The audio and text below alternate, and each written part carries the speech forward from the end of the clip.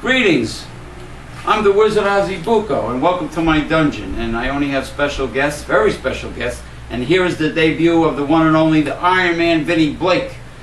And Vinnie, of course, it's great to have you here. Thank you. We're having a great show, and as a continuation from the previous video, we were talking about physical fitness, strength training, natural strength training, and supplementation.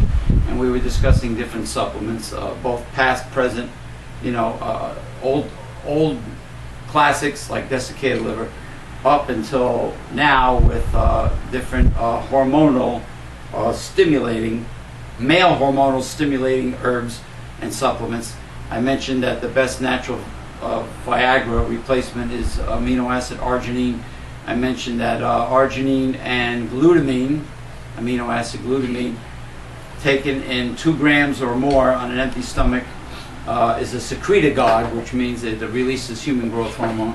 And then in your sleep, right? Yeah, but you take it before you go to bed, and you get this when you get your best right. But effects. Your stomach should be relatively empty. Then we start talking about sexually enhancing natural products like Tribulus terrestris, which is puncture vine from Romania. Bulgarian. Yes, from the Carpathian mountains of Transylvania.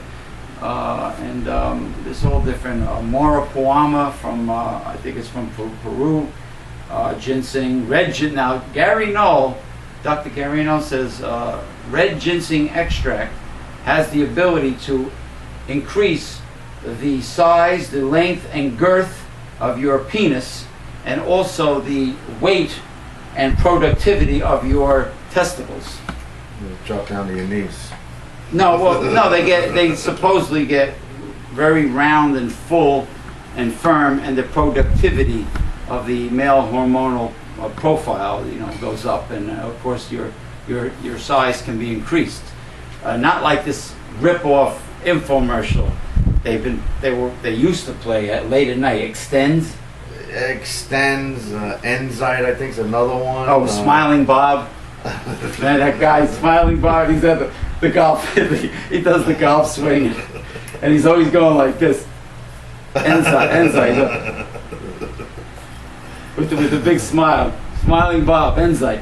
They call them male enhancement formulas. Yeah, there's a ton of them out there today.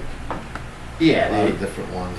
But a lot of sexuality is probably psychological. Most of it's probably in the mind. I believe you're right. The right partner.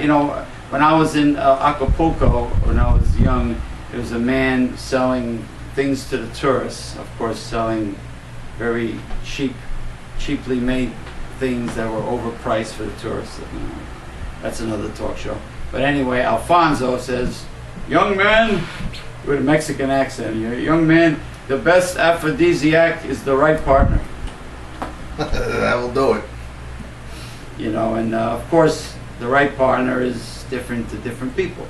Now, the whole thing with socially, with dating, male and female relationship and sexuality has changed over the decades. Of course, you had the time before AIDS came out, back in the 60s, with the Woodstock days, and then the 70s with the disco era, and and there was a place called Plato's Retreat in New York, and you had all these swinging clubs, and everybody was like going hog wild. It was a big free-for-all, and you didn't have to worry about dangerous diseases and bacon and AIDS. No pun intended, but anyway, you didn't have to worry about bacon and AIDS. So the thing is that then AIDS came out, and at that time, the governor Mario Cuomo closed down all of the sex clubs, including Plato's Retreat, which was a very unique place. And then all the popular sex clubs were closed. So I imagine there's underground sex clubs. Well, actually, there's a lot of different ones on the internet today that just blatantly advertise. They're out there. Yeah. Can I say their names? Go ahead, say whatever you want. There's no control over internet talk radio. This is FCC and corporate free. Say anything you want. AFF, which is Adult Friend Finder. Right. SLS, Swing Lifestyle. Okay. You know, and there's a Swing.com or. I'm not personally. I've been involved. I'm not Swing. I've been involved with 2 of them. Fling. There's got to be a lot of them. Like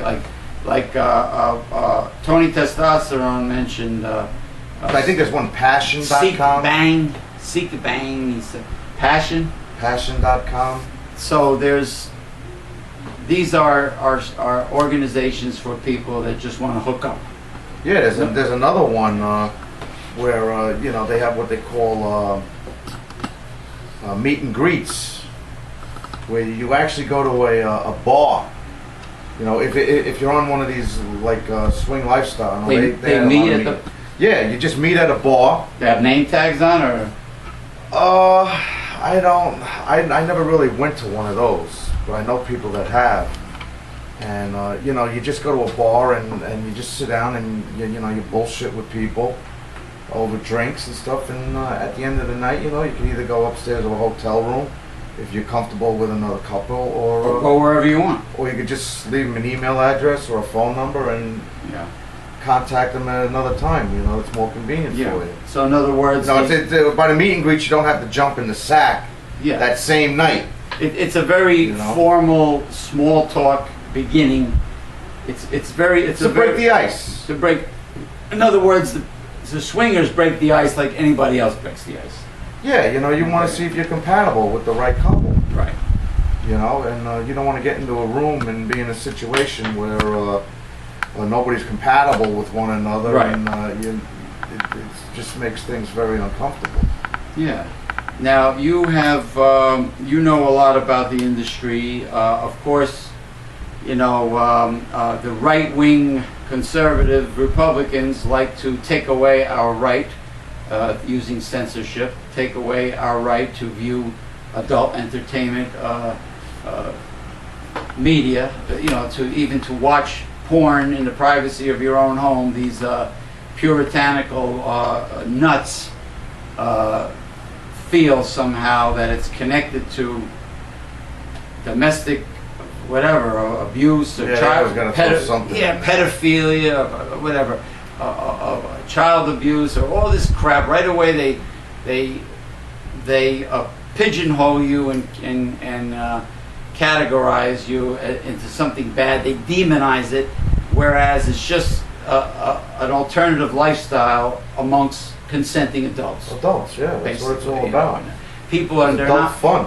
It's adult fun. They're not pedophiles. They're not wicked. They're not evil people. They're just adults doing what adults of their preference choose to do. Yeah. That's all. There's no minors involved whatsoever. It's consensual, and this is what they like. And you know, censorship is bad, Vinnie Blake, because where does it end? Gee.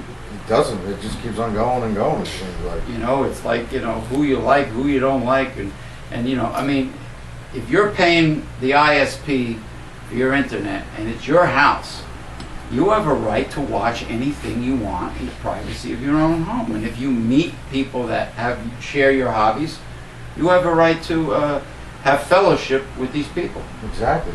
You know. Exactly. But these, you know, these kooks, like people like I think Sarah Palin was one of them that's pro censorship and is anti-pornography. Well, isn't that against your First Amendment? Yeah. Yeah, your First Amendment. What is it? Your freedom of speech and religion. Religion and sure. You know, I mean, I can't see how they can go against it. The First Amendment right is violated. It's like profiling. You can't just walk up to somebody. Yeah, that's the key word. You can't walk up to somebody just because they have brown skin and say, "Let me see your papers." What if they were born in New York? What if they're American citizens, legally American, and you know why? Because they've got tan skin and you got to harass them. It's insane. Same thing with people who like the adult entertainment industry. You know what I mean? I think Ironman Vinnie Blake. I think the reason why prostitution is illegal in most of the United States and the world well, with the United States, I think it's because they can't collect taxes off of these people. It's all cash business. You know, like Nevada, okay, the health department regulates prostitution in Nevada, okay, but Well, how do they do it in, what is it, Holland? It's legal in Holland, oh, right? the Netherlands and Denmark, right? Okay. Yeah. It's legal, but the health department, you have to get a license, you have to get tested. Well, they should legalize it here. But, You know. I think by legalizing it, you would have a lot less problems. By legalizing, Right, like legalizing drugs, you know. You know, by having it illegal and you know, people having to sneak around and everything, that's where you get the problems. Yeah. Well, it's got to be in a bordello. I think the rules in Europe is it can't be all over the streets. Same thing with Las Vegas. No, I mean Nevada. It can't be in the city of Las Vegas. It can't be on the streets, but it can be on the outskirts. But it has to be indoors. You know, like, you know, privacy. And it's legal, but you know, the hookers have health department. You know, like a restaurant, I guess, has a health department. Well, today they have all these Seal. massage parlors that supposedly are illegal, right? I mean, Yeah. you go in to get a massage, and then, you know, next thing you know, they want to know if you're cops and all this other crap. Well, in New Jersey, I can't speak for other states, but from what I understand, the law even says if you touch a go-go dancer, when you give a go-go dancer the tip, if there's any physical contact and there's an undercover cop there, they can close the place down just for that, because you're exchanging money and you're touching somebody. It's kind of like the old-fashioned kissing booth at the carnival. I mean, it's so ludicrous. It's so insane. It's ridiculous. It's stupid. And I think the reason why the government keeps it illegal is because they're pissed off that they cannot collect taxes off of these go-go dancers and prostitutes. That's why they cannot bend them over like they bend over the middle class with property taxes. Overtaxing the middle class is insane. Killing us. The tax burden should never be on the middle class. It should be on the rich. And they're the ones that don't pay taxes. I got a neighbor who just came up. We got our tax bills the other day, and he's got a right across the street from me. He's got a corner lot, not very big. It's not a big corner lot. Right. You know, it's your typical Bergen County corner lot. Yeah. $10,000 a year they're bleeding out of this guy. Wait, wow. For property tax. I hear Montclair wants $20,000 a year. Well, this Montclair, is right New over Jersey. here, and you know, local to here, and they want $10,000 a year. And what does this town offer kids? I mean, do they offer a lot, or? You know, I mean, it's your typical town. You know, I'm a coach in the town for the kids. Oh, okay. I'm coaching football for them, and you know, they got all that stuff. But I mean, it's just astronomical money. Right. I mean, your wages that these companies want to pay you today, you know, they want to throw you a 50-cent raise for the blue collar guy. Big you deal. know, if you're lucky, you can get a 75-cent raise. You know, but the cost of food, cost of electric, water, you know, everything keeps going up, and it keeps burying the middle guy. Keeps Strangling the life out of them. He's dead. He's dead right now. I mean, the cost of living is up here, and the raise you get is like your uncle as a kid giving you, hey kid, here's a couple bucks, go buy yourself something. That's what it reminds me of. Here's your salary. What they practice on doing, I think these corporations, whatever, or any of these industries or whatever, they a lot of people are literally living week to week on a paycheck. You know, by the time they get done paying their food, you know, all this bullshit now with cell phones and computers on cell phones. That a couple companies, they're forcing you into it. I went to renew my plan, and they told me I gotta pay an extra $10 a month for an internet service. I told them I don't want the internet service. Then they tell me, well, if you don't want the internet service, you get to pick from these phones over here, right?